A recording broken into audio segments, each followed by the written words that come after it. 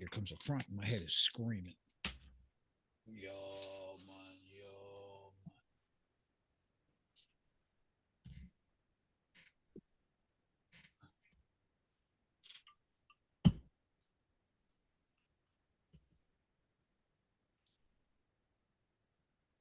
There we go.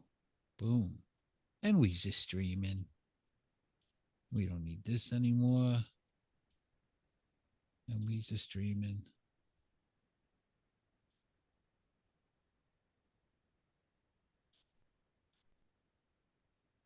And then we go launch.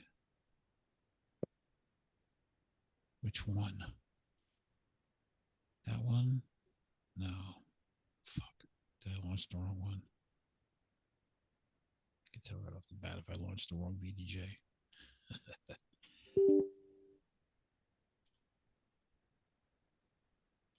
Yeah. Okay, that's it.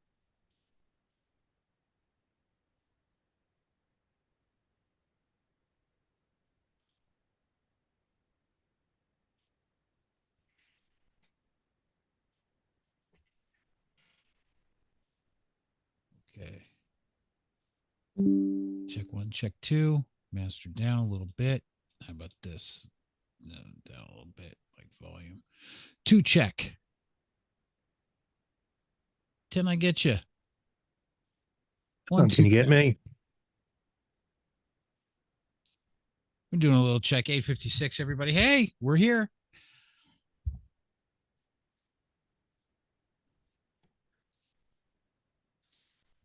Get all my questions from Mr. West. Notes. There you go.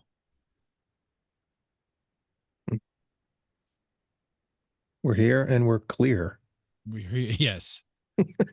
We are here and we are clear. So let's pump it up anyway. Screw it. Sampler, WTF trailer. Damn.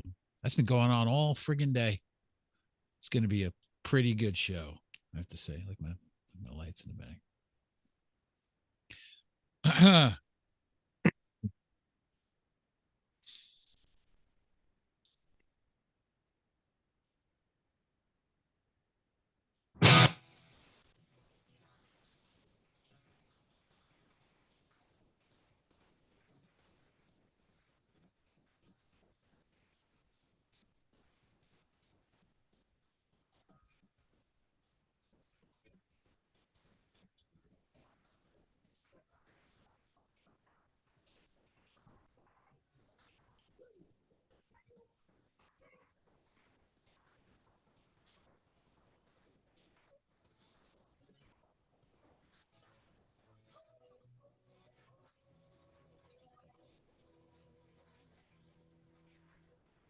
Whoa. Hey, everybody. Hello. CJ, if you mind, I need a little inspiration. Yes, please. And welcome, everybody, to the WTF livecast and radio show here at 99 WNRR. We are back on a Wednesday night, 8:58. I hope you guys had an incredible Thanksgiving. And how was yours, dude? Mine was very nice. I watched not one, sacrilege, but right here. 2 football games. 2 football games. Yes. Hold on. You watched 2 football games? 2 football games. All right. I watched the Bears and the Lions, and I watched the Giants lose. Watch the Giants lose? I watched the Giants lose. Good. So it was a nice Thanksgiving. Nice and quiet, mellow. Family. Nice little get together. How was yours? It was nice. It was nice. Everything at Dan's house, at my brother's house, and it was very, very relaxing, very cool. It was a great vibe this year. And the other thing that you find out is that the kids, the sets of people change when you get to this age, and the kids move on to their boyfriends and girlfriends and significant others, and then they go off, and then all of a sudden things are different.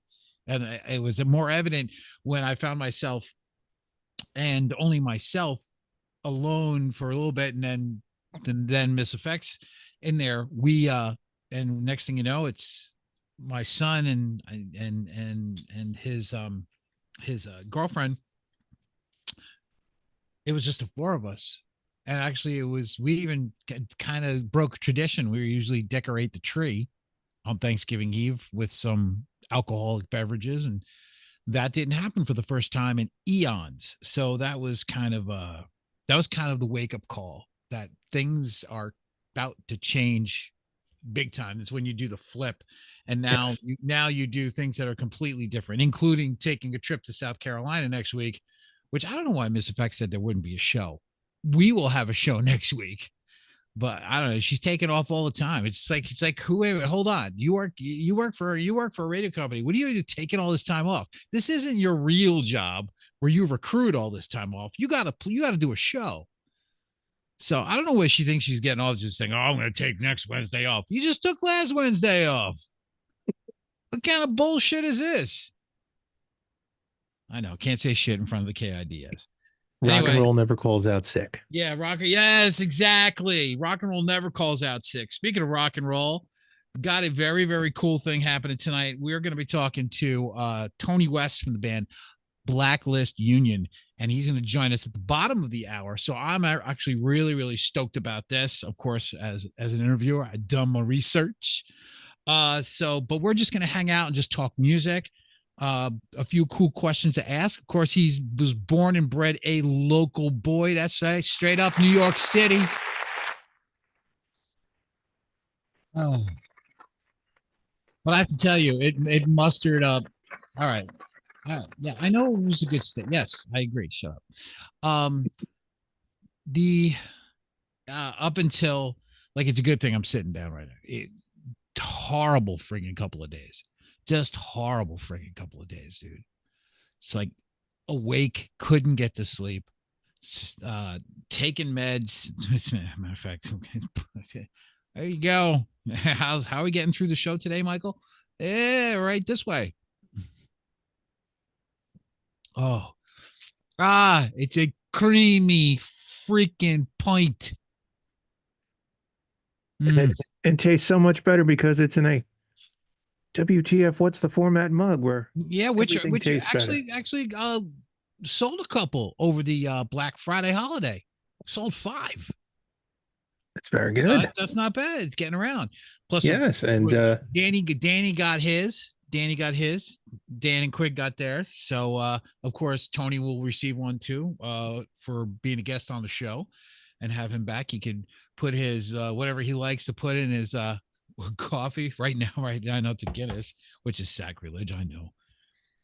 but is the season they can. But would you look at that? Look at that creamy freaking point. Look at that creamy head right there. Yes, let's all admire your head. Thank you. Let's be jealous of your head.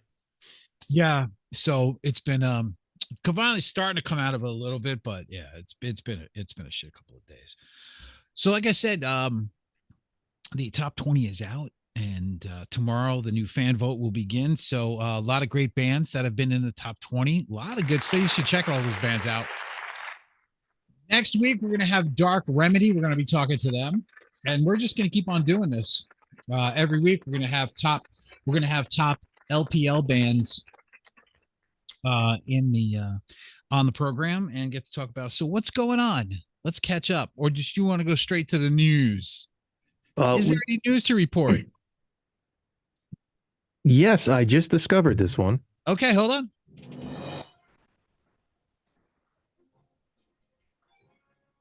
Gotta cue you in. Thank you. Tick, tick, tick, tick, tick. A little something we like to call WTF news. Those people get to type and get them working in the background. Okay, Our Past. So what's going on? Our Past is going to make a comeback. Our Past? Our Past. All right, let me in. Okay, it's a Friday night, and we're just closed at the mall. Where do we go? Chi-Chi's. Exactly. Chi-Chi's is making a comeback. Get out of here. Chi-Chi's is They're making a reopening comeback up. after 20 years. They're trying to cut a deal. The son of the founder is seeing what he can do. But yeah, Chi-Chi's is making a comeback, hopefully making a comeback. That would be as long as they make the same margaritas, man. Exactly. Yeah. Those margaritas were the shit. You know, you could. I mean, yeah, you didn't get hammered until you got to the second pitcher, but damn, they went down good. They too easy. Of course, it always makes sure that they have the one main ingredient in their margaritas, which was the liquid of the gods, I tell you. Liquid of the gods Roland tequila. Schlehuber, wherever you are, God Oh, bless you and thank you, and damn it, we miss you. yes. Yes, we do. We have to track that person down. Dude, he would totally freak out if he saw us doing this. Oh yeah, but You'd be like, first of all, you guys are still talking. yeah, You guys are still hanging together. Yep. Now we got a yeah. show together. Who the frig would knew that? Yeah, that wasn't easy. That was an easy guess. Oh man.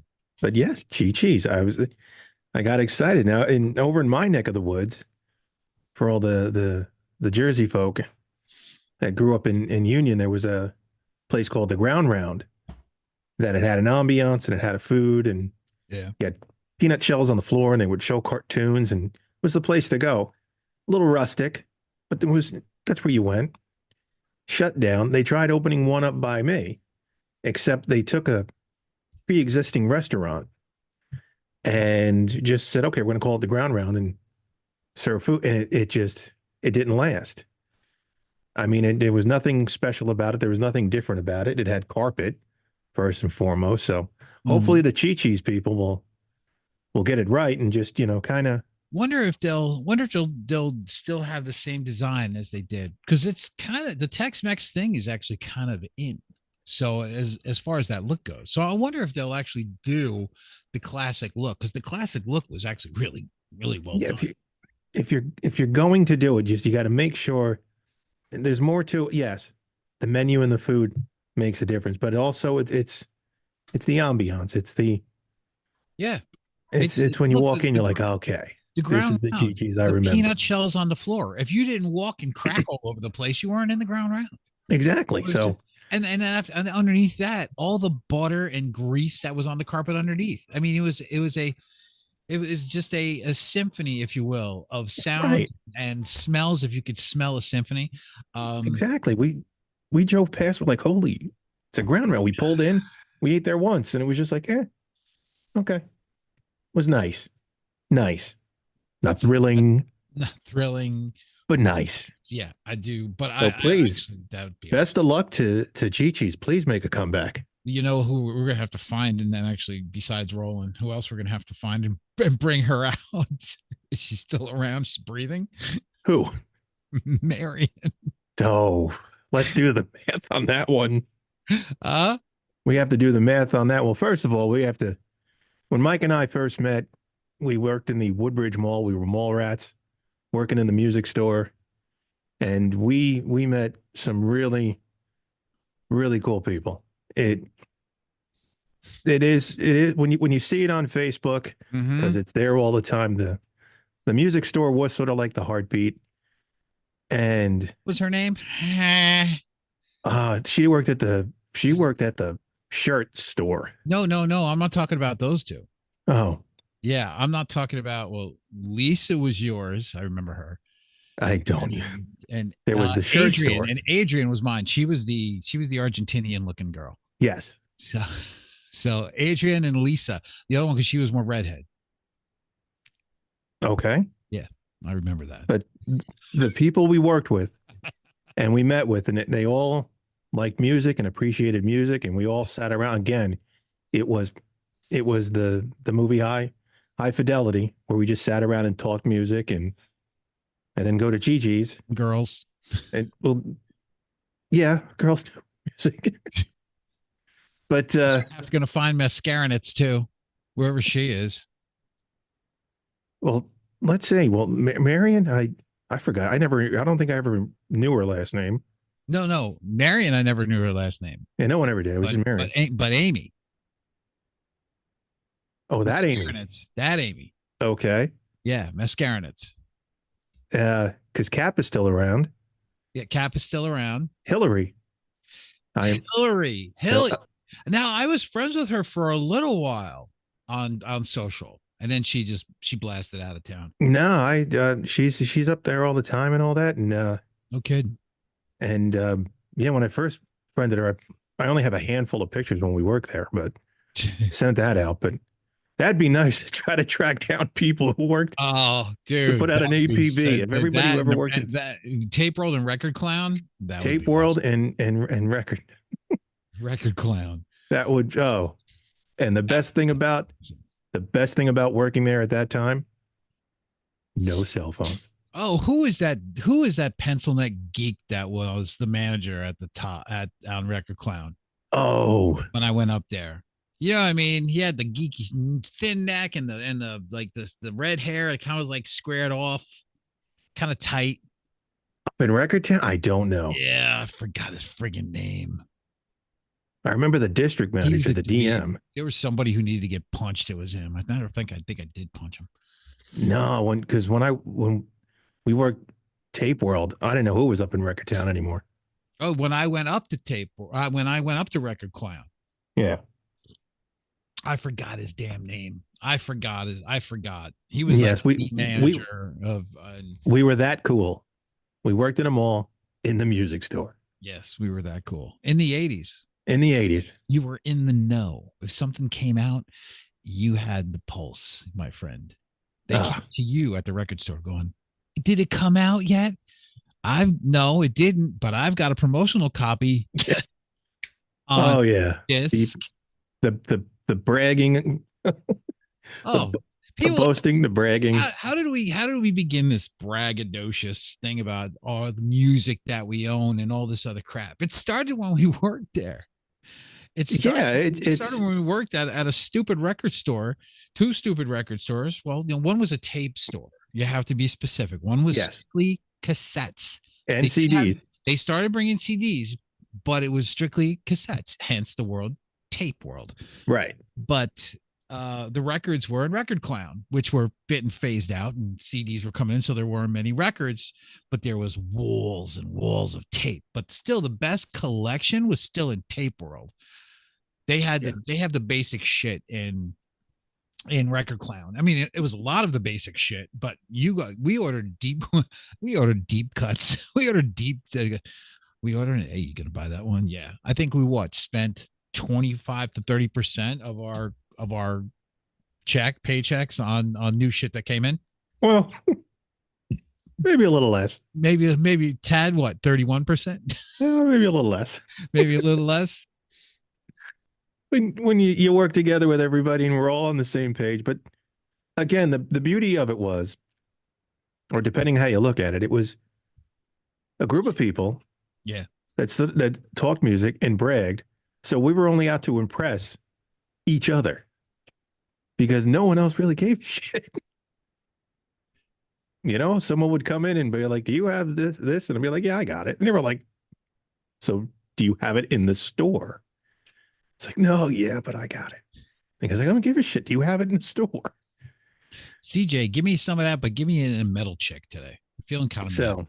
Get a metal girl up in that chat room. But thanks, buddy. Anyway, that's when we bragged and boasted and had our fun. Went to Chi-Chi's, back to Chi-Chi's. Okay. That's my story. But you guys can catch this. This is going out live everywhere, but you're going to leave this up so you can catch the full interview. So about the bottom of the hour, we're expecting Mr. Tony West from the band Blacklist Union to join us to talk about him, what's going on, and then just shoot a shit and talk about music and everything that's been going on in the world.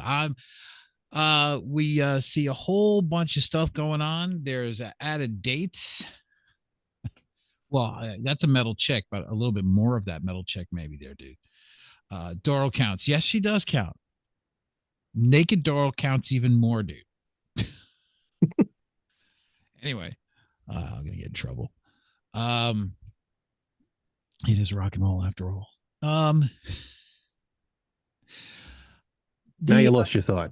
I was thinking about a couple of the shows that are coming out and the pricings and everything like that. Still, again, something we can't get away from, but glad to see that MCR came back and they lost their original drummer, who actually hasn't been with the band since, for the past 14 years, but lost him. He passed away.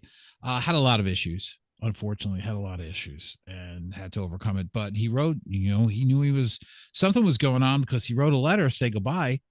So in a way, so I guess he knew that something was going to be going on. But Oasis opening up the schedule, and looks like they're adding a lot more dates. So it looks like this one tour of next year will easily take up the whole year and possibly go into 2026. Hey, what do you want? Noel lost how many? 35 million or something like 35 million in the divorce last year. So yeah, he's got to make that back, because his promise to himself was to buy and resell the rights to all of his music, because that's what he wanted to do, and he wanted to sail around the world on a yacht that he purchased based on music that he stole, because a lot of it is stolen. A lot of those riffs are stolen. He knows it. He said it. But he can't do that if his wife owns half his wealth, including his house in London. So obviously he has to go back on the road and earn some real money, which it will, and it will make a ton of money because it's already sold out stadium dates for crying out loud. So they'll be back. It'll be big. It'll be huge. So that's what's going on the Oasis front. Of course, the MCR front. They're going to be out and about and doing it again next year. A lot of bands are coming out next year. Yeah, I see that. It's not sharp, but nah. I'm not feeling it, CJ. I need something more impressive. You're very, very demanding. I am. Today I am very demanding for damn good reason. By the way, of course, just like every show that here is, of course, sponsored by the lovely, incredible people at Sean's Bar in Athlone, who support us and gave us these amazing bottles that we have here of Sean's Irish whiskey, the single malt, and of course the regular cask that is sitting. Of course, the single malt is waiting to get picked up. And I just kept the packaging, by the way, if I have to mail this sucker, so you have it for Christmas. We will.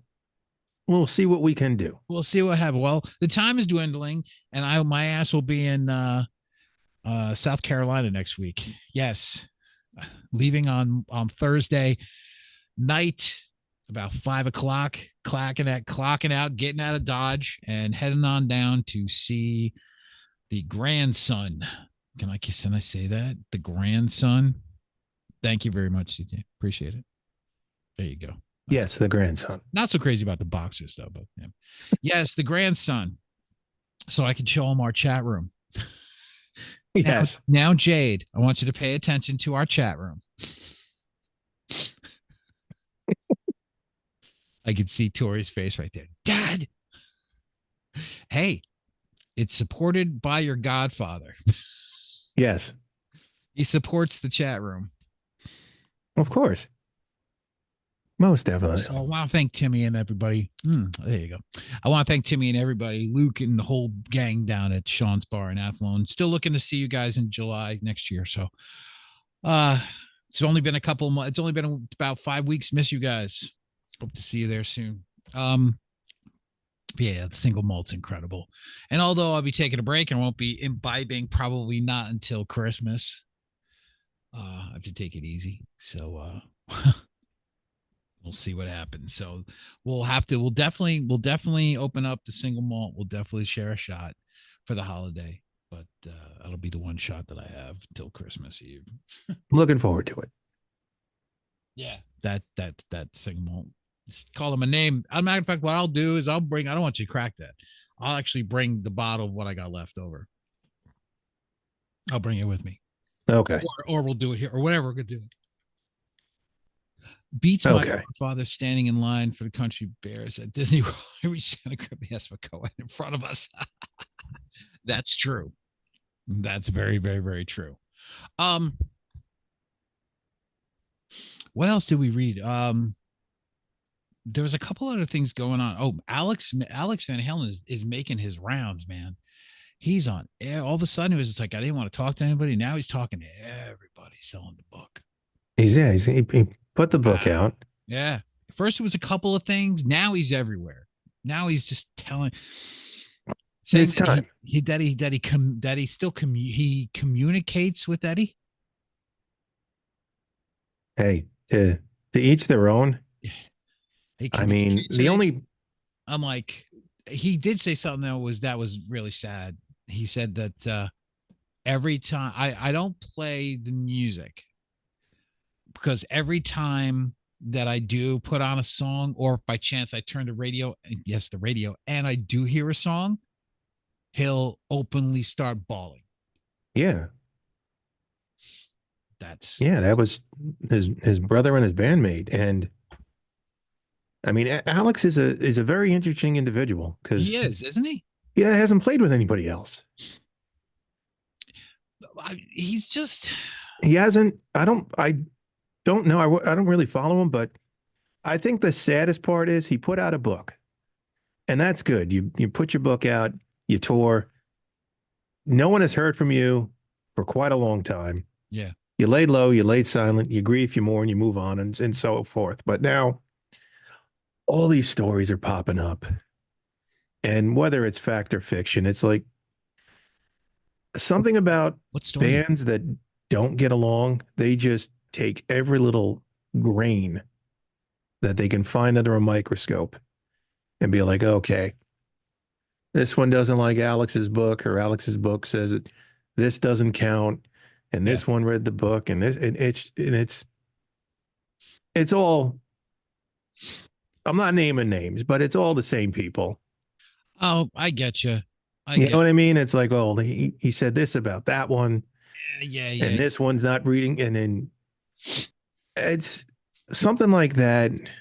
Dear God, man, it's ridiculous. Oh, it's the same thing. It's people trying to make a dime. It's It's really what it's about. People trying to make a dime. It's like people will come to this tour or people will come to see this show if I talk about this certain person or say this is dedicated to him or whatever. It's just to create a dime. Don't tell me you're sitting there and paying homage to somebody. Stop. yeah, it's Because everybody's not there. If you're doing an homage, you get together, you put all things aside and you play some music. You call that an homage. You don't go on tour and you created an homage. No, you want to make money. You right. want to just stop. And, I mean, if we're talking about the same kind of person, that dude's that's all he's cared about is making money. He used to care about making rock and roll. He used to care about making rock and roll, but now he's just worried about the dime. Yeah, And I could care less. They've made their money. What do you need it for? What do you need it for? Let's get yeah, it. I know.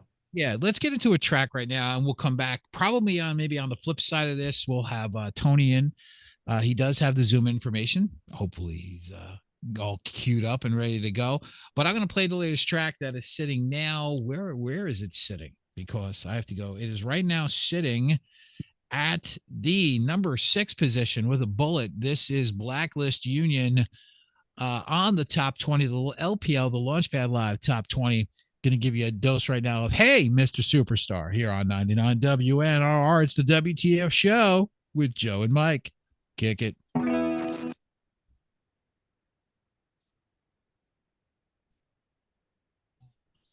20.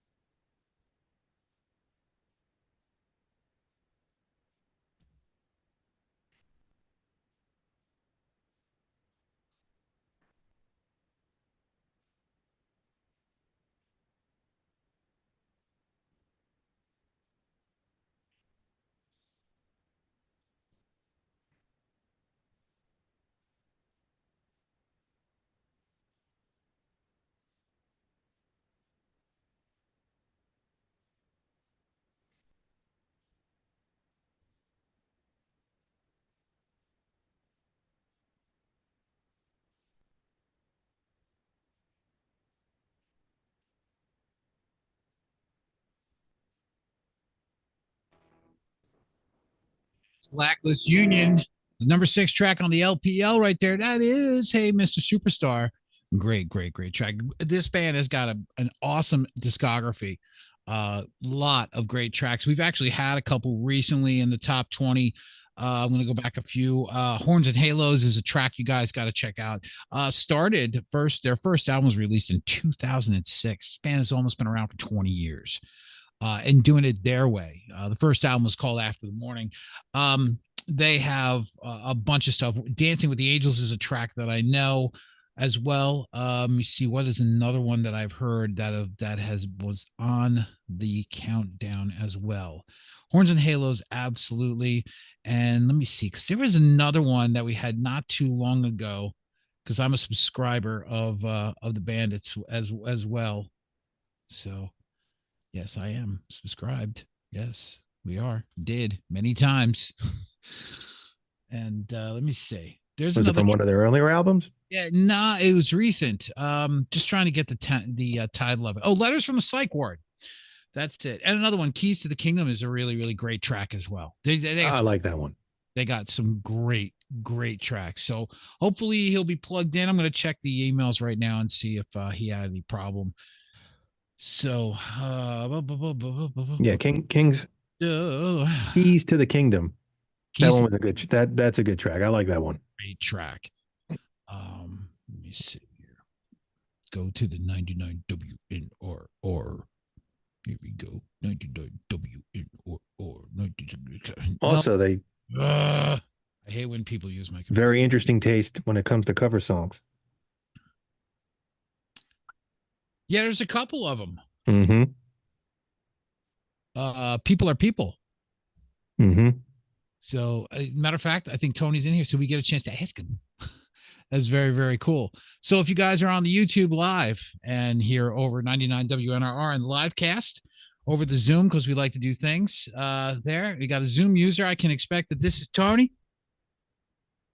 Hey. Yes, sir. How's it going, brother? Good, man. You? Thanks for taking a few. How you doing? I'm all right. I'm all right. Just got back from Denver. We played with Josie last night. Josie Scott. Yeah. Got a lot of stories from about Josie from Todd Poole. Oh yeah, yeah, I love Todd. Yeah, been Todd for a long time. Yeah, great guy. Yep. You've been busy, my friend. Yes, sir. So we just played Hey Mr. Superstar, which is I was just telling everybody that there's so many great tracks. Over the discography is huge. It's massive. So yeah, thank you. First couple of things is that come to mind. Well, first of all, glad to know that you're a local guy, meaning the roots. New York, New Jersey. We're New Jersey. He's out just on the skirts in PA, but we grew up in New Jersey. We grew up and the romping grounds were Union, New Jersey. So yeah. That whole northern part. So what was it? Do you know where Bud Lake is? Yes, I used to live up there. You did? Wow, I have cousins over there. Yeah, we bought a house and lived there for a few years. And wait a minute, is that place where Bobby had that lake up there? Right on the lake? We were hanging out. Yeah. That's Bud Lake. Yeah, you drove past Bud Lake to get to our our development. Yes. Nice lake, shitty development. We moved. I had some experiences up there too. So, it's we talk about the rock and roll story about how bands East Coast and then move to the West Coast, but what was it? Was it all of was it the West Coast scene? Was that kind of the reason why you felt you had to vacate and head out there? Because being like you said, being a Ramones fan and being some of the hardcore, especially when you're talking New York Dolls, man, that's so hard. That Johnny Thunder is one of my favorite. Yeah. And I miss that. Yeah. So what was it the scene or was it the vibe out there that made you say, all right, first I'm going to go over here first. I'm just going to try to go out there out west. Yeah, I mean, when I was a kid, I mean, like I grew up punk rock, like in New York. Like, Todd Youth was my friend. We did a record together, the Back to Momo record. Of course, Todd was in Agnostic Front and Murphy's Law and Yeah. Warzone and all of that. But and I was always into like GBH and fucking, like I was into British punk and a lot of New York punk and all that stuff. But I also loved AC/DC and Van Halen with Roth only. Uh Amen. and you know, the real rock and roll, man. And I never liked, for me personally, and believe me, I have friends in these bands and stuff, but like the whole kind of glammy thing, glam to me was more the old stuff like Bowie, the Dolls, T-Rex, like that's the Yep. shit.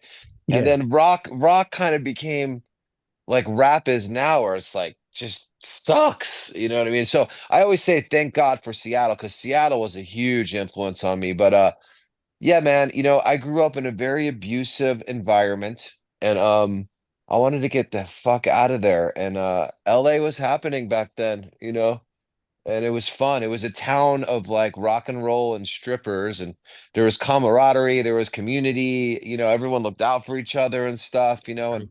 sadly, man, that really doesn't exist anymore. But and it was crazy. I mean, I was running with the best of them back then. That's Uh, that's a cool point because we think about you know the pockets of places that created scenes, and yeah. obviously in the mid 80s Jersey was hopping. You had Skids, Trickster, of course, Oh, right. everything like that. So Jersey itself was hopping, not so much New York, but Jersey and a little bit of PA, Cinderella, and everything around that Yeah. 86, Yeah. 87, 88 time. And the clubs were banging too. I mean, you could just be starting out and you're packing 300, 400 kids into a hall like Studio One Yes. to bring Nice. up a few names, and the Limelight, which was always packed. Yeah. Um, and that's the one thing we don't see, man, is that we don't see those pockets and those towns pop up anymore. Like you say, we could say Seattle was the last one. Is anything that comes to mind? Because I've been doing this and supporting and doing I shows mean, for a Memphis while. had it going on for a while when Saliva was breaking. Yeah, And Memphis is, Memphis. It's Elvis and rock and roll, and yeah, but now it's pockets. And I was talking to Josie last night about it. It's like, the scene for us is on the road, like anymore, because that's where it's at, and I heard Detroit has a really good scene.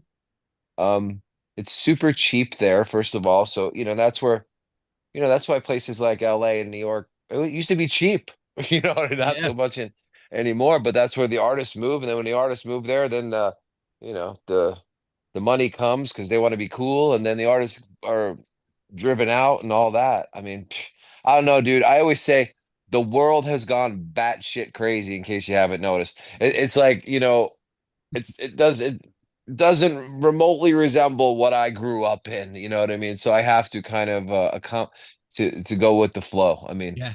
Nothing, not even remotely what we grew up no, No. with all the and everything that we did, people that we hung out with, the clubs that we went to. yeah, I mean, you could easily be chilling out at Birch Hill, and next thing you know, you're with James, you're drinking with James, or you're drinking with Scotty Hill, or you're drinking with Robert Fuso, or something like that. And you're just chilling. yeah, yeah, yeah. Yeah. That just doesn't exist anymore. Well, the Asbury's got Even the pony still.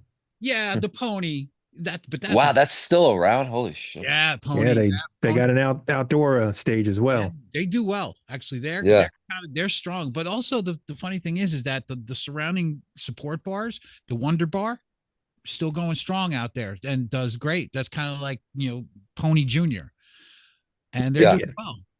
Saints been I up could and tell you down. though, people want badass, kick ass rock and roll, and I always and they're dying for it. And I tell my band all the time, like, look, man, we have to bring the wow factor, because like when I was growing up, or even when I was like was younger and saw Turbo Negro, for instance, or any band where I want to walk away saying wow. So and if you don't have the wow factor, in my opinion, you're wasting your time. Agreed. I forgot my point with what we were saying, but No, No, no, just that's cool. it needs to come back around. Seeing bands and seeing well, good yeah, bands and like I was saying, people want that because man, we go out, dude, and we deliver the rock. Like I'm telling you, man, like it's energy, it's nonstop, it's performance, and people love that shit and want that shit. And where is it? I don't know where it is. Please tell me if you know, because that's where I want to go. But like that's what we strive to bring to the table, and I think we do a pretty good job at it. One of the first things when I first heard the music, before I saw everything else in the image and some of the live cuts, and then went back on the discography and everything like that, the first thing that comes to mind is Rockstar. Rockstar. Well, thank you. Yeah, And the reason why I say that, it's one of the few, because where are my rock stars now? yeah, They're right. Well, one of them's right here, because everything that you see that he does live and everything that he does, especially in his writing and the performing and all the stuff he does in the studio, the tracks, the music that he's written, it's got that written all over it. It just drips of it. And that's what we miss. And that's why, yeah, well, for me as a fan, I could call myself a fan of it, is that it just drips that all over the place. And that's what I miss in my rock and roll. yeah. I miss Me that in my too. rock and roll. You Me know, too, bro. And that's what because man, I was a kid. I was shaped by music, dude, from 5 years old.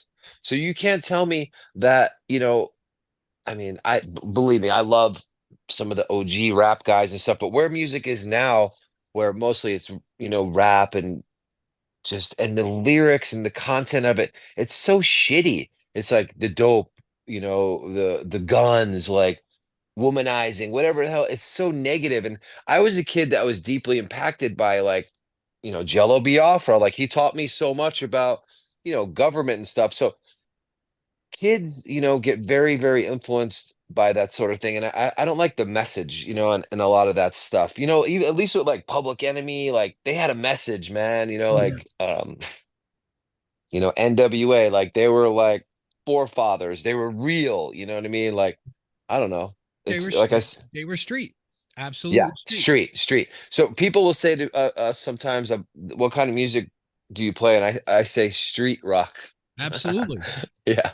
absolutely. I mean, So it's cool in the way that the style combines so many different things. Like, and everybody hears different things depending on what you were brought up on and what you listen to. You can hear those things. So I can hear, classic 80s metal in a lot of the tracks, mm, because that's, a lot of what you grew up with, is that's a lot of the familiarity. But also I'm going, well, that's a little BFMV, and that's a little bit, on that one track, obviously there's a little bit of Maryland in there. So there's all these different vibes, but it doesn't change from a songwriting perspective or a stylistic perspective. You don't go off into left field. right. It still remains your sound, which to me is still one of the hardest things to do as a songwriter, is that, once you find a pocket, you stay in your pocket. It's like you don't venture too far out. Whatever it is, it's still a BU song. Right.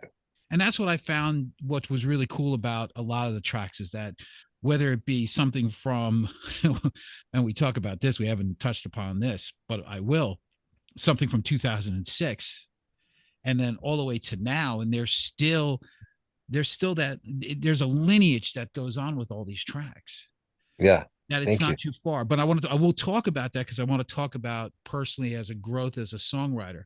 But one thing as a songwriter, why is it that the best worst experiences and the saddest experiences always make the best songs? Dude, I mean, I can tell you the first three records, so the first record After the Morning, I lost my girlfriend, and she died in a car accident. Phew. We released that record 10 days later. My first wife dies, right? So I mean, the story is so long, and but it's like the first three records are all about pain, and I write like almost therapeutically, where you know because I got into plant medicines later, and that's a whole nother thing. But the first three records are pain, and I remember because I lost my wife, my girlfriend, so many people, you know, and all the stuff that happened to me as a kid and all this shit. But when me and Todd wrote the Back to Momo record, I was like, man, let's get back to the fun, dude. You know, like let's get back, fuck the pain, like, you know, like let's let that go. And we got back to the rock, and we did that with Back to Momo. And then oh cool. And then after Todd died, I was like, I can't let this destroy me, because when my girlfriend and wife had died, it destroyed me, dude. So when I was like, I can't let Todd's death destroy me. I knew Todd since I was 15. He didn't know me, but I grew up seeing his bands and shit. You know what I mean? Yeah. And then we became friends years later. But so what happened was, I Jonathan Shaw. I don't know if you know who he is. He's a famous tattoo artist out of New York City and shit. But he got me hip to ayahuasca. So after Todd died, I went to Peru with the Shipibo Indians in the Amazon jungle and did ayahuasca, which completely changed my life and my view and healed me in so many ways. And I wrote the Letters from the Psych Ward record from those experiences. And then I went again last December to the ayahuasca place. And we have this new record, Slay the Dragon, coming out. But the last Slay the Dragon and Letters from the Psych Ward is all about healing and spirituality, and it's so fucking deep, dude. It's like you can't get any deeper. And um, but that's pretty much in a nutshell. I mean, it's a long story of all our records, and it's, you know, chronological, or it's chronologically in my life. Like I can tell you exactly what song, what this means, and what was going on in my life then, and all that. But it's been a long healing process for me, you know, like from the pains of life, you know? So it becomes cathartic. Yes, and therapeutic. Yeah. Yeah. Absolutely. Yeah. Does it does does each time that you go through that and every time you perform it, does does it get a little bit easier because it's still feeding you, so to speak, or does it call up the old feelings and you kind of revisit that the painful part about it, or You know, has it's it gotten funny easier? because a lot of the things, it's like reminders of myself, to myself, on how to heal myself. It's like therapeutic, you know, where it's staying in the positive, going where the love is, going where the light is. Although, you know, you're dipping in and out of the darkness, because to get to the light, you got to go through the fucking darkness, you know? Yeah. Um, but you know, I consider myself a wordsmith too. Like I love writing lyrics. Like lyrics are magical, dude. And you know, I there's stuff we have that are, I'll write tongue twisters that are easier to sing than to say, you know. Um, but I don't know, man. Music is my life since I was 5 years old, and it's weird how it's evolved into this like therapeutic healing thing, you know. Now from where it Yeah. started, you know, to now. But I'm stoked that that it's doing that for you right now, bro. That yeah, Yeah. thanks. that's incredible, because some, you know, we could either be victims to it and slaves Yeah, to it, or we can choose to, you know, find that light and go to it. yeah, and we all have a cross to bear, man. And it's like I have this theory, and I tell my girl this, and I tell my friends this, my band this. But like like a drain, right? Say, you know, a drain, you get hair in that shit or whatever, like it overflows, right? So, and then you can't, the water doesn't flow, the energy doesn't flow. So the human soul, the human body, if you're clogged up with sorrow, which I was consumed by sorrow, pain, resentment, regret, whatever it is, whatever your shit is, if you're clogged up with that shit, there's no way, like, because I always say a true artist is a channel. It's not even about them. But if you're truly a channel and you're truly an artist and you have all that shit going on that you haven't let go of, you're blocked. You cannot be a flow of energy, you know. But if you can let go of that shit, you have access to the magic of life.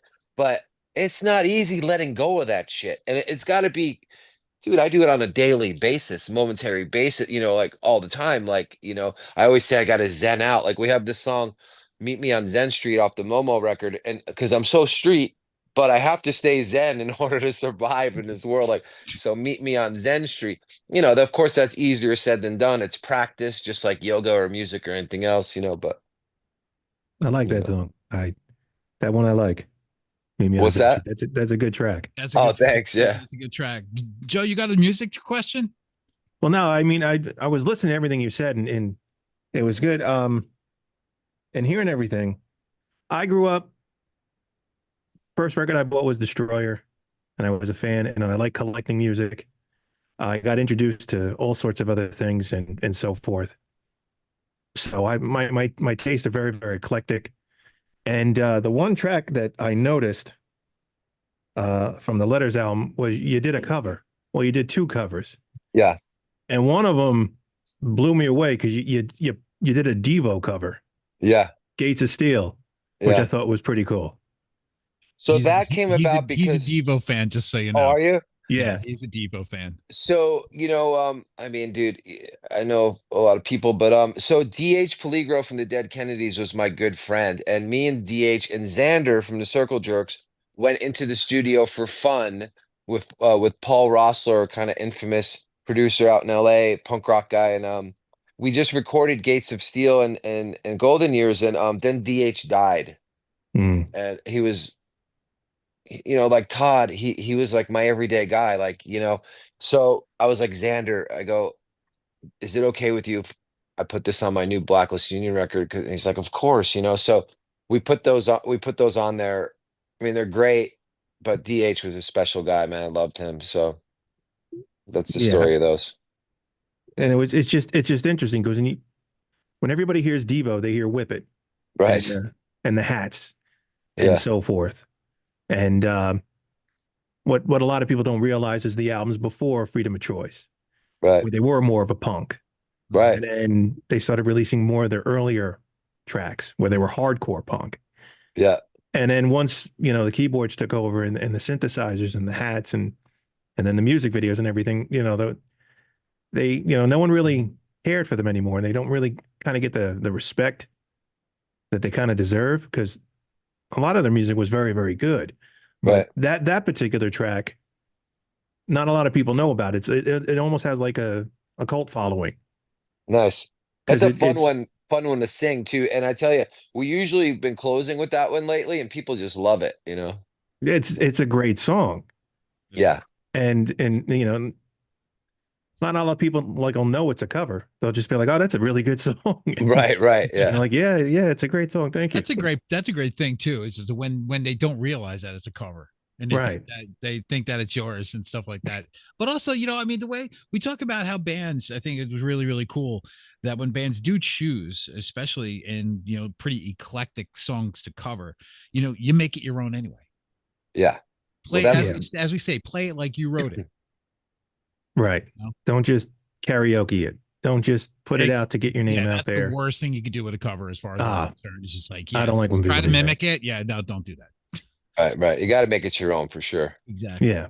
Um, you've been cranking out music. You've been writing songs for a long time. So I'm curious, as a writer, obviously you mature along the way. How's your level of satisfaction changed from 2004, 2006 to 2024 as a songwriter? I mean, as a person, you want to evolve as a person, like, you know what I mean? So in life, you got to evolve. And some people never do. Like, I have friends that are still the same guy that we were when we were 20. You know what I'm saying? Yeah. So some people never do that. But I just think evolving as a person has and healing and going to where the love is, like I said, and the light, I've evolved. And I mean, songwriting is just everything to me. Yeah, I used to, when I went to high school, I would do my English assignments, but I wouldn't come to class. And my fucking English teacher, he was from Ireland, and he would chase me. He'd be like, Tony, you need to come to class. You're such a great writer. And I'd be like, I got better things to do, like smoke weed with my friends and stuff. But I always liked writing since I was a kid. And I remember being a little kid writing a song. Um, and I mean, there's so many great songwriters. I mean, Tom Petty, dude, is one of the best songwriters ever. Yes, he is. Sting, of course, or I mean, my biggest influence and my muse is Andrew Wood from Mother Love Bone. Mhm. Um, That's my guy. And then because they had the magic kind of they had like a Zeppelin thing, man, where the lyrics are just so profound and spiritual and you know, Yeah, they did. so Yeah, but they did. Speaking of which, Ireland. You ever been there? You ever get a chance to go over there? Ireland? Yeah, No, not yet. get a chance. Head on over. Yeah.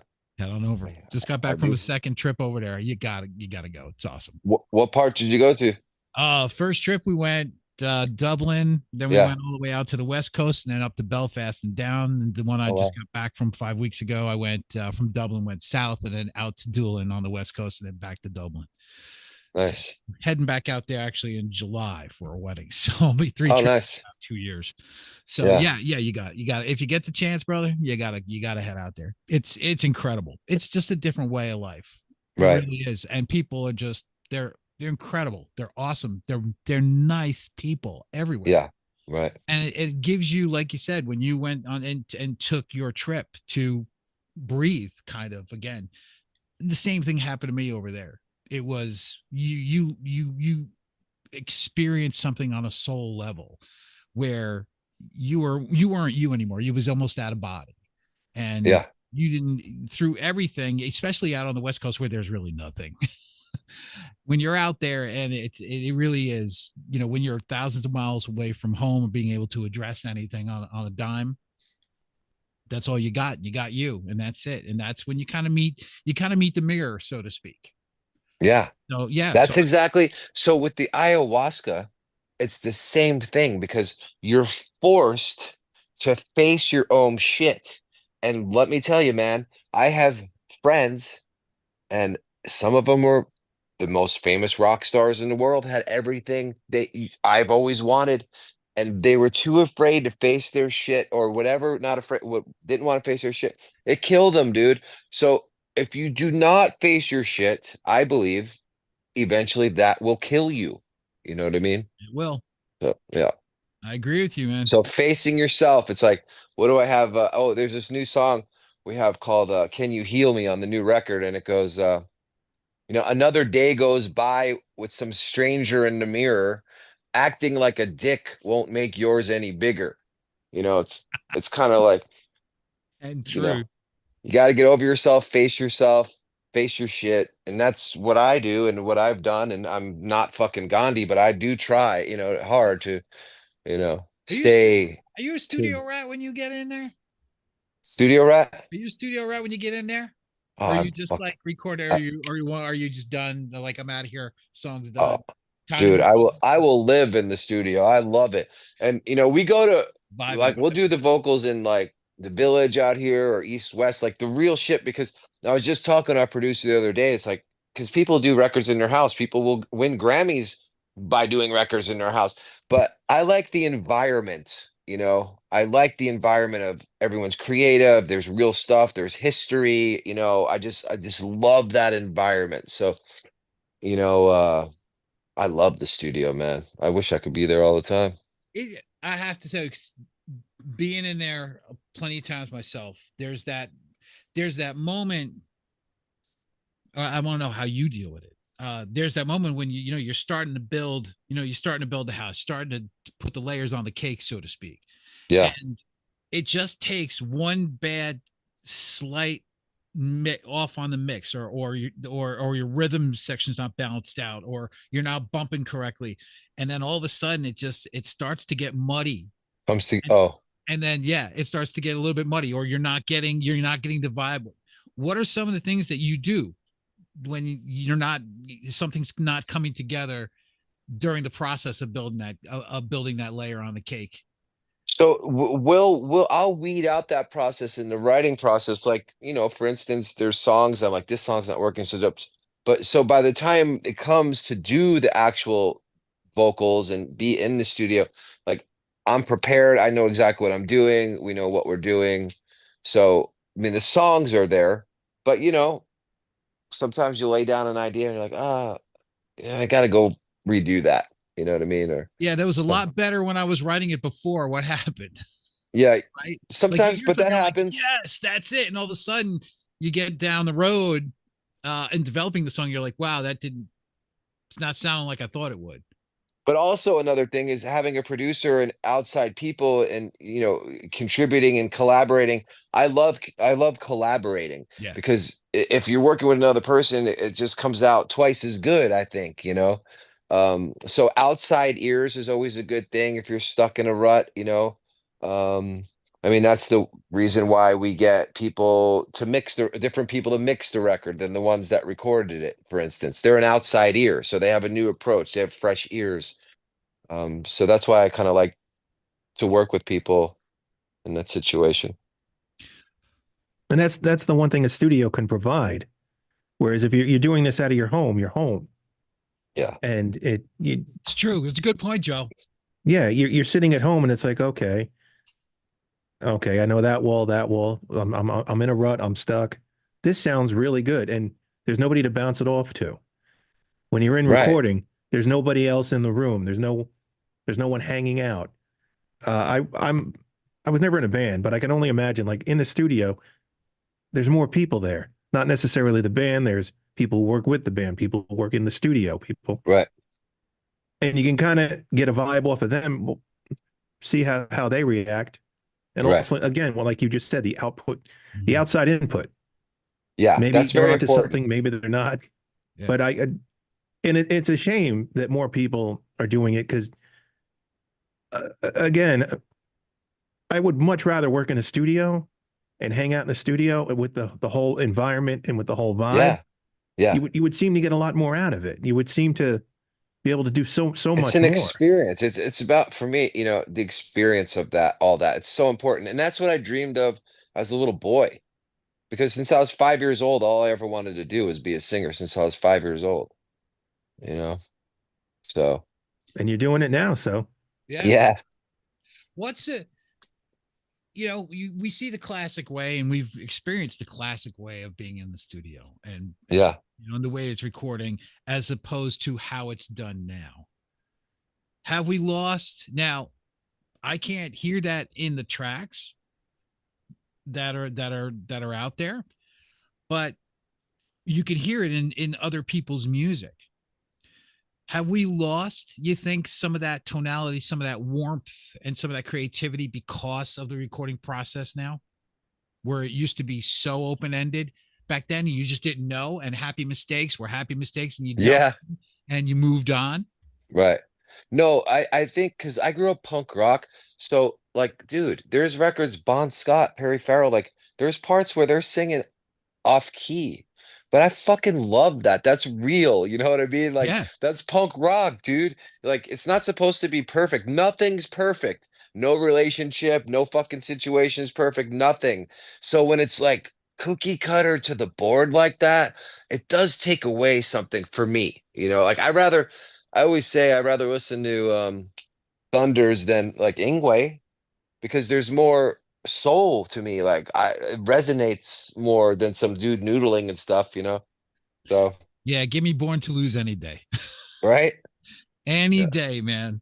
And that's what people. I'm so glad, because I actually work with somebody who actually has been working on a lot of the older the reissues that they've been putting out um from his family and stuff like that. So I'm so glad that I've gotten Nice. some of the live stuff. Yeah. And people who those are tuning in and listening and everything like that, dude, if you haven't heard Johnny Thunders, go experience Johnny Thunders music. Yeah, Because to for me, sure. that was the heart of New York punk rock. Was that guy Yeah. right? He was. Matter of fact, Mickey Lee said it. Mickey Lee said it. Joey's brother. Yeah. He said it.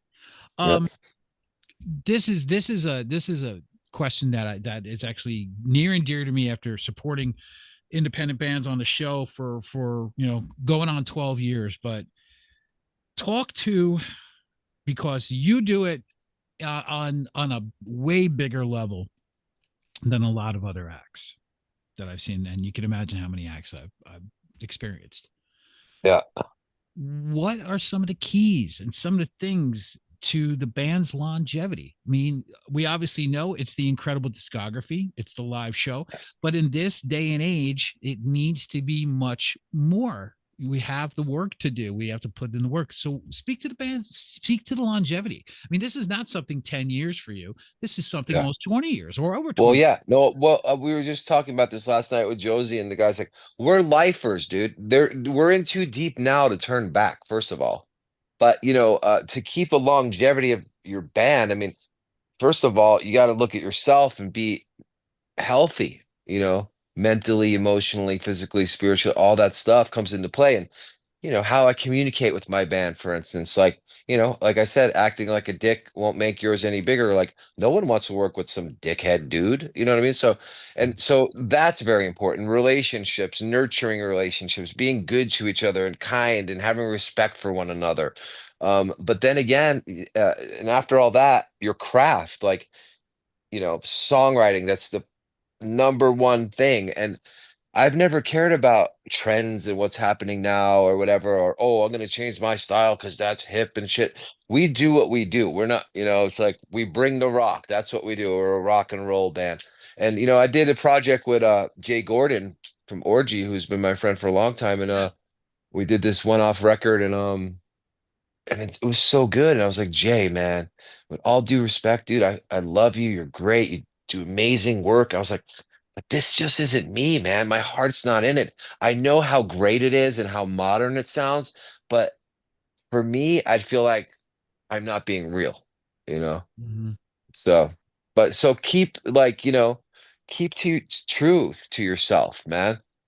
Fuck the trends. Mhm. We got this great, compliment out of Seattle where we were working our last single, and the program director said we're very familiar with Tony and Blacklist Union, and we love them because they sound like nobody else. And I was like, nice. And I said, and coming from Seattle, that's badass. I was like, that's exactly what we want. Because dude, any singer or the key to a successful band is having a singer with a distinctive voice. Not the Yeah. same drony, like, Yeah. but like a distinctive voice. Look at Josie. Like, if it's Josie, like, Right. if it's Cornell, if it's Lane or, Mhm. whatever, Scott Weiland or, like you gotta fuck following trends. It's like be yourself. Yeah. It's, and, when I mean, think about the names you just mentioned, how much originality we've lost, as far as that sound. Scott, his own Yeah. sound, Yeah. Chris, his own sound, Yeah. Lane, his own sound, his own sound. Right. So I mean, just on that alone, how much I think about that. What could we be hearing 20 years down the road? Yeah. That's the sad part about it to me. Right. Think about what could be hearing from all of them. Chester too. You know, um, But the again, those are all guys that, dude, they didn't want to face their shit. yeah, that's true. Yeah. You know, That's true. I It love makes those guys. Believe me, man. Like a couple of them I knew and well, and but as artists, just respected the hell out of them, and as performers, and they were beautiful humans, and they had children and families, and they were trying, dude. Believe me, and you know, but facing your own shit, that's not easy, man. No. You know, that's absolutely true. uh, Um, you talked about a record before we let you go. Um, you talked about a record earlier about something new that's coming up, because yeah. obviously you have letters from the site ward and those tracks and that are playing right now. What is coming up? So it's gonna be it's called Slay the Dragon.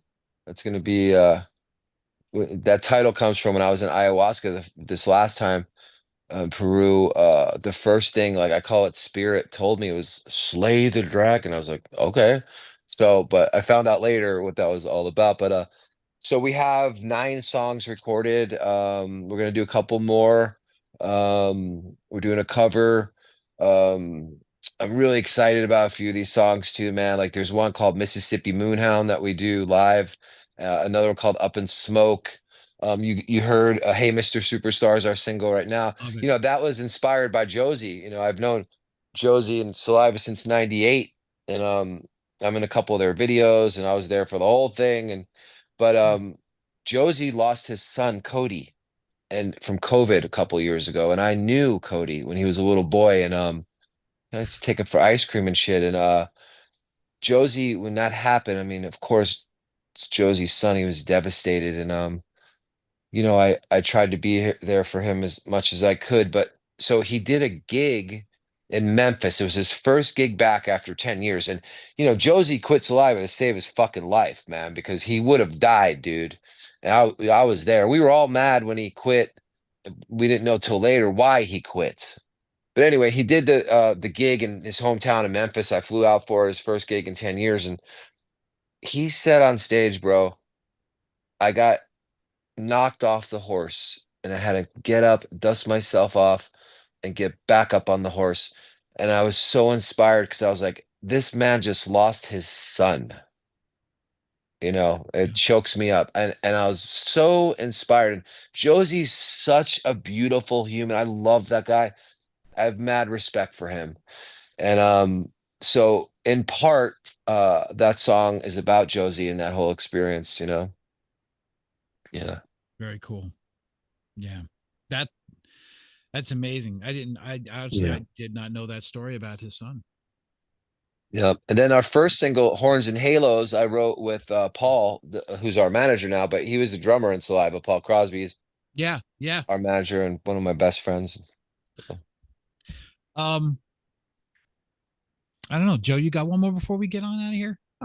No, I'll just geek out a little bit. I mean, like I said, I first and foremost, I don't think artists and people in bands who have such a passion and such a drive, I don't think they ever hear the words thank you enough.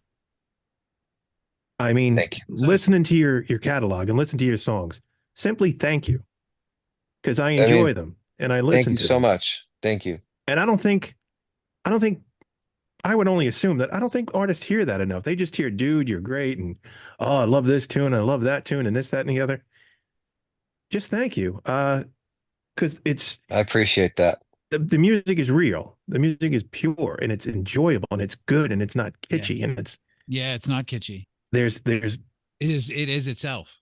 there's not Nice. 9,000 producers Yeah. with auto tune and Oh God, yeah. yeah, no, it is what it is and you put it out and you go, here's my shit.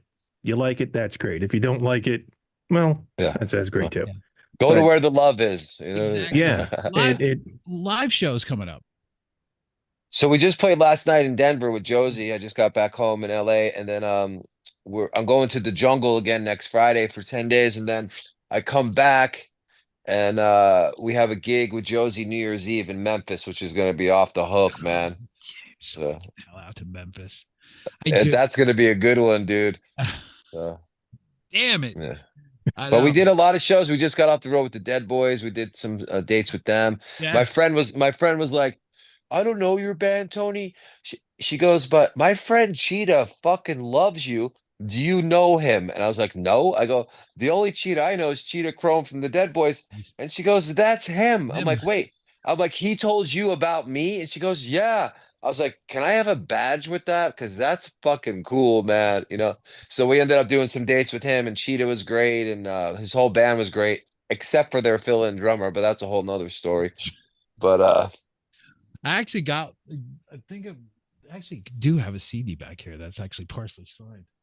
Oh. In the group, look at the CDs to the right. nice. Yes, I do have a Dead Boys CD. Nice. I do. I do. The I singer found did all such a one. great job, dude. His name is Jake Hout, and there's some drama going on with him right Mhm. now, I guess, in the band. But he does such a great job, not only vocally but performance-wise. He has all the weird stiff movements and gestures. Like he does it really well. Sweet. Sweet. Yeah. So we got to get you out here to the East Coast again. Yeah. My So son's at Pratt. He's just oh, started. really? Yeah, he When? just started.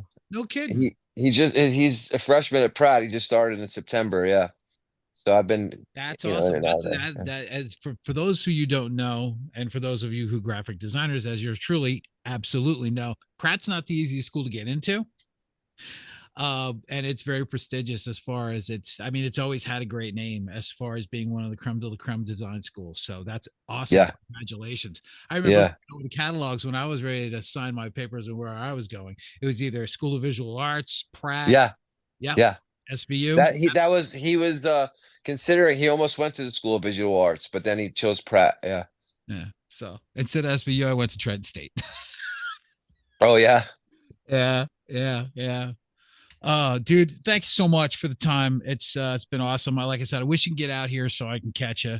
There's no way I'm going to be able to get my ass out to Memphis on New Year's Eve. We're gonna have a lot of Otherwise, tour dates next year, so definitely check our, blacklistunion.com and all that, because yep. we went out with Texas Hippie Coalition. They're great, and we just want to be on the road. I mean, I would stay on the road indefinitely if I could. Yeah.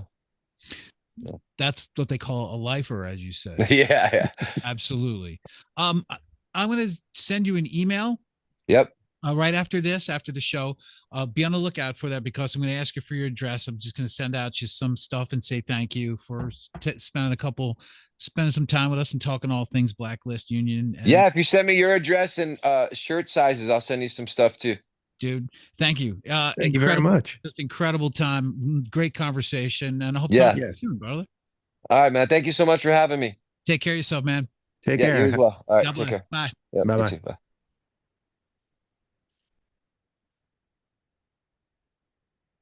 That is cool. Dude. That is a guy right there. That is a dude. That is a total dude. Yeah. I hope you guys enjoyed that interview. I did. And definitely listen to their stuff. I mean, I have a few tracks I believe here. I believe I had them in here. No, I think I have the new track, the new I took notes. I was all ready to tackle albums and throw out tracks and everything, man. I didn't want to seem too geeky. No, yeah, that was actually a very, very complimentary geek out by you. It was a good job. Yeah, I'm working on it. So it only took, 20 years. No, it's good. It was good though. I mean, everything that you brought up and all the songs and songs that you listened to. I mean, the one thing is we both were going back and listening to the old discography. So. And it is interesting. I didn't want to interject, but yeah, the Momo album where he's like, yeah, that was just more fun, and we were having a good time. Yeah. Of course they did, because the last track on the album is "Wind Me Down, Me 69 Me." So I'm guessing they're in a good mood. Let's get into a track. I'm going to take a small break. Another track that's up the charts on the LPL is 1,000 Frames featuring SF1. This is Best of Me here on the WTF radio show and livecast here on 99 WNRR with Joe and Mike.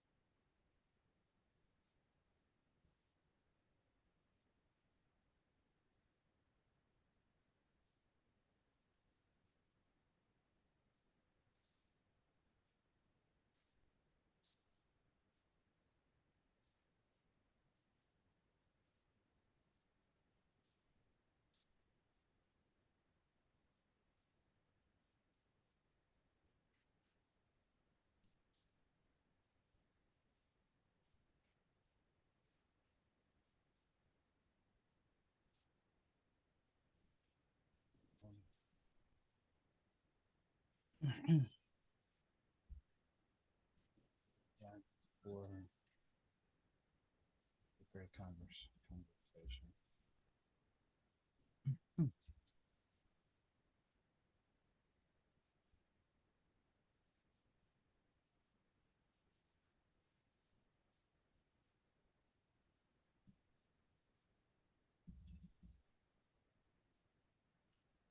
Yeah, that's right.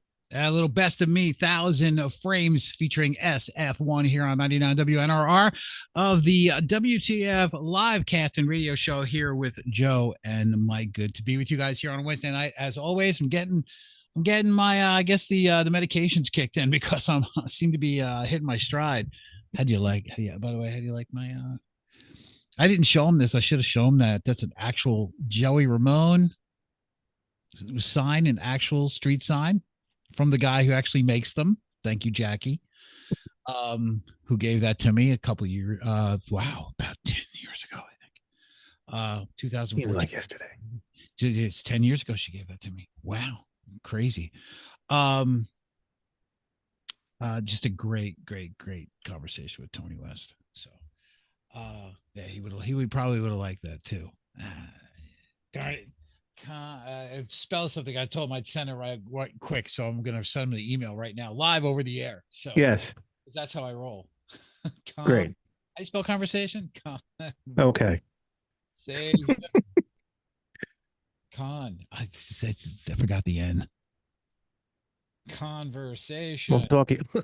Okay. Discuss. Thanks for the. I feel like doing an impression of Mike Myers and coffee talk. Oh God. I'm getting all verklempt. Sweater weather. Sweater weather.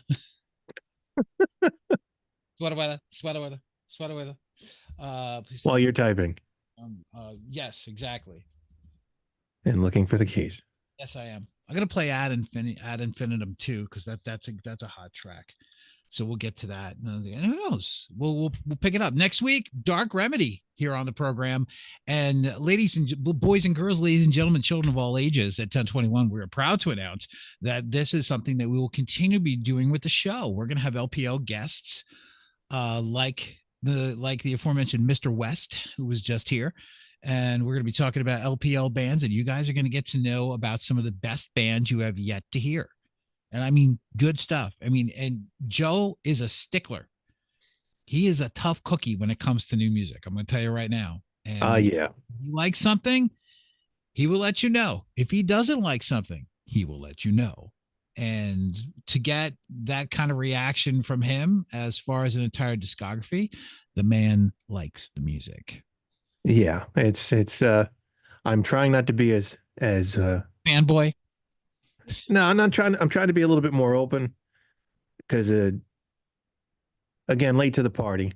I was too busy with focusing and not expanding my horizons and so forth. But no, the new music today it's tough. There's not too many artists that I don't know. They're okay, but will they be around? Because I think that's the biggest problem with music today is no one's going to have the longevity. I keep having the argument with my youngest son because he listens to all sorts of stuff and he's like, "This is a good song, Dad." I'm like, "Well, to be around in 20 years. 20 years from now, will you go, I remember that song?" And he's like, "Well, I don't know." I said, "Well, that's unfortunately, that's the only thing. Let us quote let's quote John, only time will tell." And then when there's an older song that comes on and he happens to like it, I tell him, "This song came out in 1975. Do you want to know why it's good?" He goes, "Why?" I said, "Because it came out in 75 and they're still playing it." That's the difference. So, and if I know something about a band, I'll just like say, "Here's the story with this band," or "Here's the story with this song." And whether he obtains it or not or absorbs it, I don't know. But I don't know too much. But what I do know, I'd like to share with them. So, but that's kind of cool. Actually, as for me, as far as getting another ear with the music that we play, Ellen constantly checks out the show, so she listens. And she says, I like that. I like that. That's kind of cool. That's really cool. Yeah. So it's something if it has like a newer sound, because she knows that dad is, dad.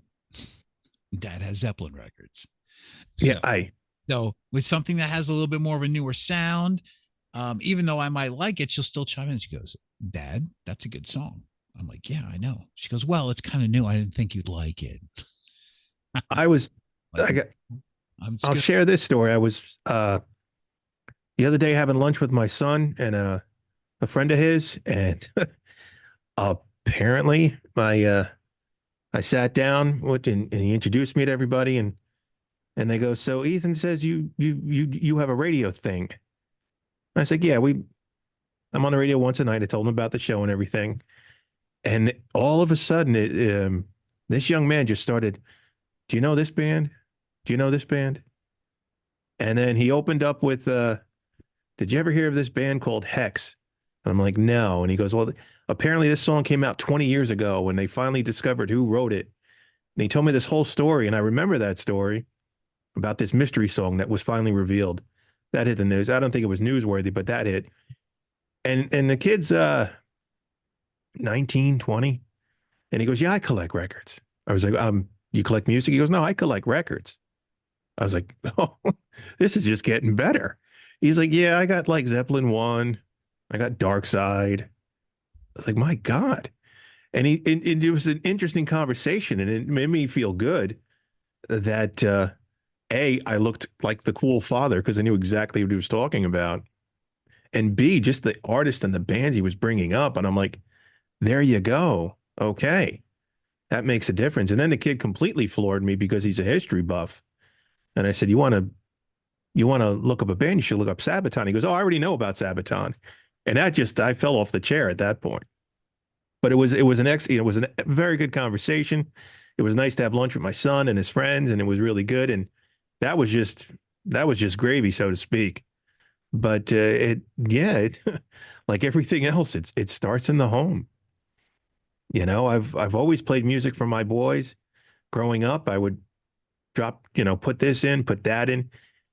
A lot of the TV shows, other than the Wiggles and Barney, had to do with music. Everything involved music, and made sure that they, listen to music, appreciate music. So they don't listen to what I listen to, but my younger son, he likes a ton of stuff, and a lot of it's new, a lot of it's polished, a lot of it's from Japan, but he appreciates music, and he asked, "You'd appreciate this."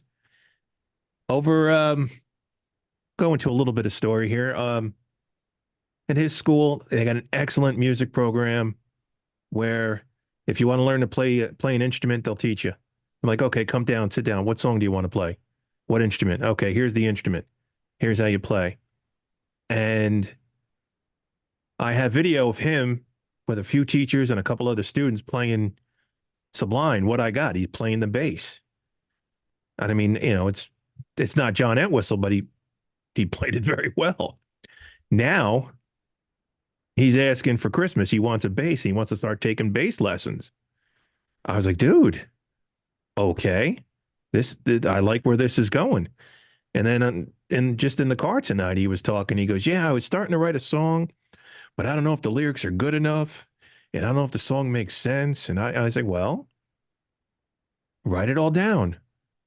Sing it in your head. I said, the words might not be good, but if you got if you got the music to back it up or a strong melody or a hook, I said, you're golden. I said, some of the worst songs that I think are horrible, people love. I said, and it's all about. So he got bit by the bug. So now he wants a bass. He wants to start taking bass lessons. boy. And I was like, okay, all right, let's see what we can do. Do we, So do we teach him to slap at the bass? slap it, Do I teach him to slap at the bass? slap in the bass. Slap in your bass. Teach him to get Rushified, all up in you. Oh, Rush. Well, I figure if he's going to learn bass, we'll start it slow. We'll go entry level, and introduce them to John Entwistle and maybe Primus. Nice little starters, nice little warm ups. But he got bit by it, so we're going to see what we can do. Get the boy a nice bass, get into music, which is good. He's got that creativity about him, so I dig that.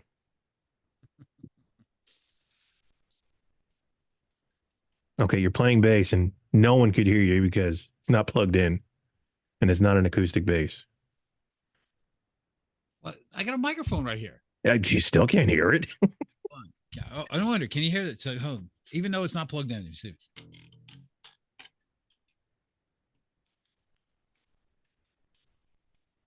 Nope. Still can't hear it. What is it? Firehouse or Smoke on the Water? Oh, no. Let me see. 1, 2, check. Can you hear that? A little bit. Hear that?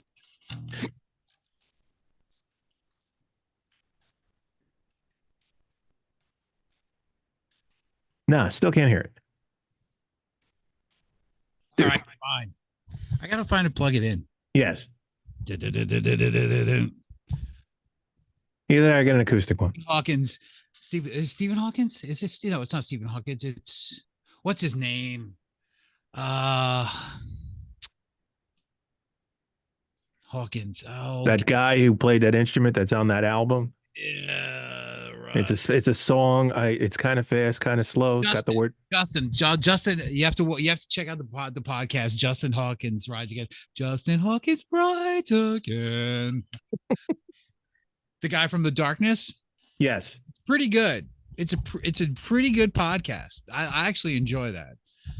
He does some pretty cool stuff, and he's honest. He talks music, and he talks it, with an honest voice. So, but that's what you need. I guess people, I can play bass a little bit. No. Whatever happened to The Darkness? The first album came out, and everybody wanted it. They're still good. They're and then the second album came out. Nah, he's good. The second album came out, and I thought that second album was great. I even bought it. One-way ticket. It was funny how he asked Liam. He's like, "I love Oasis." And it's like, "I wonder, does Liam Gallagher like The Darkness?" He goes, "I really don't fucking get that, man." That's little bollocks to me. Damn. Lemmy didn't even like The Darkness. I kind of dug them. They were all right. Well, I think kind of cool. What they did and what they brought to the table was a little bit of retro with the falsetto and everything. And I tell you what, though, I give them credit. Their Christmas song is very good. It is. I like it. It's an original Christmas song. They get props for that. Let me check. You know what? Let me check my schedule here because we have to do the Christmas extravaganza. Next week we have Dark Remedy scheduled to be here on the 11th. The 18th obviously will be our last show because we will not be here during Christmas Day. Although I'm actually looking for because we're not doing anything, but more importantly, we're actually looking for like a soup kitchen that we can work on Christmas Day. Nice. Me and Chris. So that's what we're looking to do because our party's going to be on Christmas Eve and stuff like that. And I'm like, you know what? It's like there's just so many people that are going to be like needing stuff on Christmas morning and stuff like that. And, most of all, Hope. I said, let's see if we could find something we can do. If not, then I'm just going to go to Wawa. I'm going to buy like about $60, $70 worth of sandwiches and just walk in the back in the woods here. Cause I know there's a bunch of homeless people that'll be trying to stay warm on Christmas and just bring it back there and just just get these people some food. Yeah. And some hope somewhere. Just such a sad story and should never happen, especially in our country. So it shouldn't happen in any country, period. No. Should never have to go through this. So it's a big mission for me nowadays, and I'm thinking about how can I extend that into what we do and add to that and talk about it because to me it's a big issue. So you might see something on my page, Joe, in the days coming. I've been starting to talk about it a little bit. I'm kind of feeling this is where I need to be going, and So it's on the ticker to do that very thing. So we'll see what happens over the next couple days. Right now, we're just trying to plan it. So we shall see. Us along with heading down to South Carolina and a week from tomorrow, which is going to be crazy. And don't even know how that's going to go. It's going to be awesome, but I just might not want to come home. I do, because I love my job. I do, and my friends and stuff like that. But and the family. But otherwise, why would I come back? Stay down there for a bit, at least a month. Get to know the kid. I mean, yeah, he can't speak. Yeah, he's still crapping in his drawers, but just get to know him. Yeah, please. You're Don't catch the ball with your face, Jade. you're gonna walk in and you're gonna have blinders on. Yeah, I know. I'm going to teach him the real rules of life. We start him out. It's like, Jade, if you can dodge a wrench, you can dodge a ball. There you go. Exactly. The things that matter in life. Yeah. You can dodge a wrench. You can dodge a ball. See the football helmet with the big blue star on it? That's the team you want to watch. That's the team you want to like. Yeah, right. See the hockey players that looks like a pea with wings on it? That's the team you want to watch. That's the team you want to like. Yeah. Look at that. Yeah, I'm just going over some of the stuff some of the Blacklist Union stuff updated today. Yes, Mr. Superstar. We got Mr. Superstar a couple of weeks ago via the PR team, and it just updated today with Hey Mr. Superstar. So go check that out. You can check that on YouTube as long with this one. Yeah, dude, you got anything to finish out with? So I'm pretty good, man. That's fine. I'm good. I tell you what, I'm those words are gonna stick with me for a long, long time. Face your shit. That's a shirt. That's a bumper sticker. That's a meme right there. We could check it. Look for it in our store. New shirts coming with a lot of this saying, including our famous one, which I'm told you we're going to put it on it and it's going to sell. I've got it on disc. Got to be a shirt. It has to be a shirt. Yes. And we always say this, oh, it's got to be a shirt. No, we're going to put it on. We're going to put it in our store and you could buy it and wear it. And it's got, I got that. And it's got our name on it. On disc. You could have one. It could be look like it's embroidered, stitched in letters. You could hear Mike or Joe on the back. You have a jersey number, of course, because that's how we got to roll, dude. Wouldn't it be cool to get friggin' WTF hockey jerseys? Oh, well, you can do that. That would be cool. That's what we would need to do. We need to pick a number. Yes. Well, I got it. One of us will pick a 6. The other will pick. And the name will be the one will have pork roll and the other one will have Taylor ham. Exactly. Well, you could do that. Yeah, that's true. That could be pork roll and Taylor ham on the back. Even though it should be Taylor ham, but I won't split hairs. Well, that's okay, because if you're the 6 with Taylor ham and I'm the 9 with pork roll, it's Taylor ham pork roll. There you go. The things that could be done today. Yes. See that? We just solved the world's problems in the past 5 minutes. Yes. Dude, great show. Yes. Get some rest. We'll talk later because we have to figure out how the heck I'm going to get you this damn single malt before the holidays. We will figure something out. All right. I will talk to you later, bud. All right, man. Peace. Yeah.